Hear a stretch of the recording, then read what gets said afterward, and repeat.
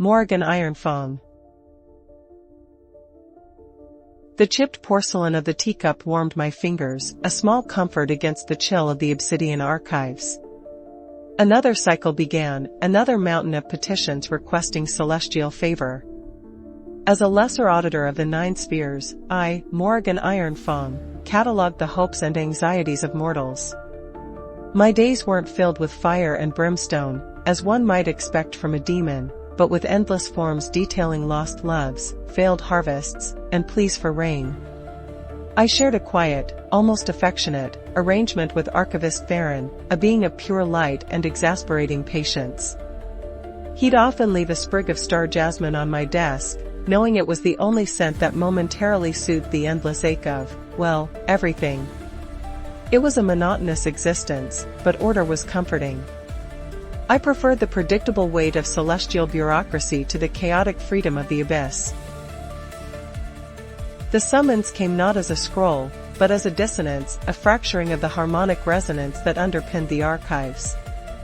Theron materialized beside me, his light flickering with worry. "Morrigan," he said, his voice unusually strained, "a discrepancy. A petition, it shouldn't exist." He projected the form into the air, a request for retroactive grace, filed by a mortal who had knowingly broken the covenant of souls.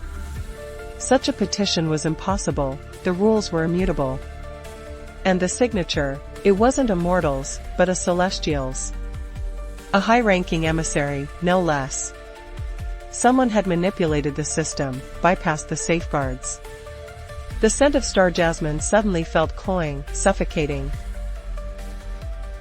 I requested an audience with the Celestial Tribunal, but my request was denied. "Insufficient rank," the automated voice echoed through the archives. Theron, despite the risks, agreed to use his influence to secure a limited investigation, but cautioned me against pursuing the matter too aggressively. The emissary in question, Lord Valerius, was powerful and well-respected. To challenge him directly could mean exile, at best. But the anomaly gnawed at me. A deviation in the celestial order was a wound in the fabric of existence. I decided to investigate on my own, using my access to restricted records and my unique abilities. It was a breach of protocol, a dangerous game, but I couldn't ignore it. I would unravel this mystery, even if it meant defying the heavens themselves.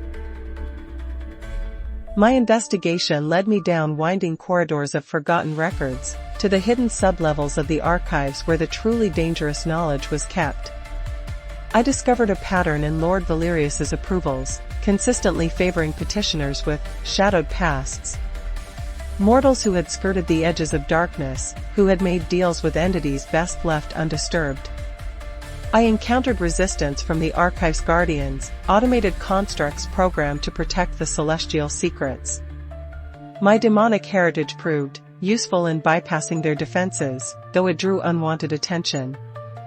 I also discovered a hidden network of informants, celestial beings who were quietly dissenting against the tribunal's rigid decrees.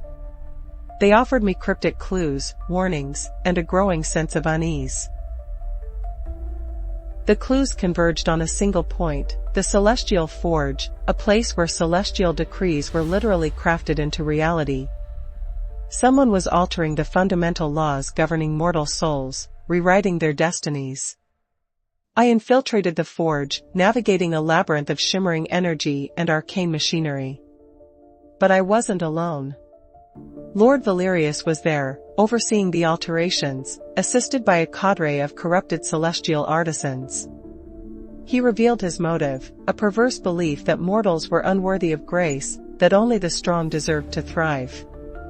He intended to reshape the universe in his own twisted image. A confrontation was inevitable. During the confrontation, Valerius revealed that he wasn't acting alone. A hidden faction within the tribunal itself supported his efforts, believing that the celestial order had become stagnant and corrupt. He offered me a choice: join him, and help reshape the universe, or be silenced. The offer was tempting, in a way. I had always felt like an outsider, a demon navigating a world of light. But I realized that true order wasn't about control, but about balance. It wasn't about rewriting destinies, but about allowing souls to fulfill their potential, even if that meant embracing darkness. My allegiance wasn't to the heavens, or the abyss, but to the integrity of existence itself. I refused his offer. Valerius, enraged by my defiance, unleashed his power, a torrent of celestial energy that threatened to obliterate me. He stripped me of my access to the archives, branded me a heretic, and turned the other members of the tribunal against me. Theron, bound by his oaths, could only offer a silent farewell. I was cast out, stripped of my rank and exiled to the outer realms, a desolate expanse between worlds. But I wasn't broken.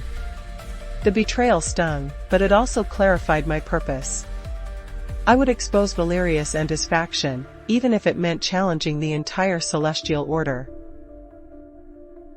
I gathered allies in the outer realms, rogue celestial beings, banished spirits, and even a few reformed demons.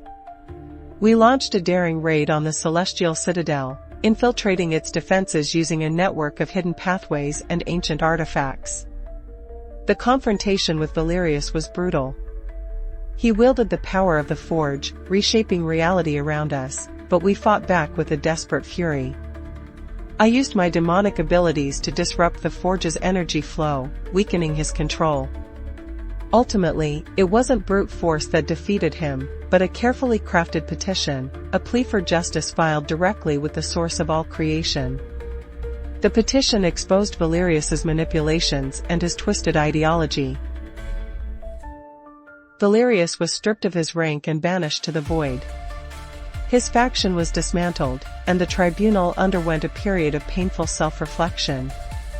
I wasn't reinstated to my former position, but I was granted a unique status, a celestial observer, free to roam the realms and ensure the integrity of the cosmic order.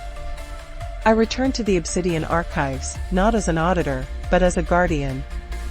Theron, relieved and grateful, welcomed me back with a sprig of star jasmine. The scent, once cloying, now felt like a promise, a testament to the enduring power of balance, and the unexpected grace that could be found even in the darkest corners of the universe. I am Morrigan Ironfang, and my work has just begun.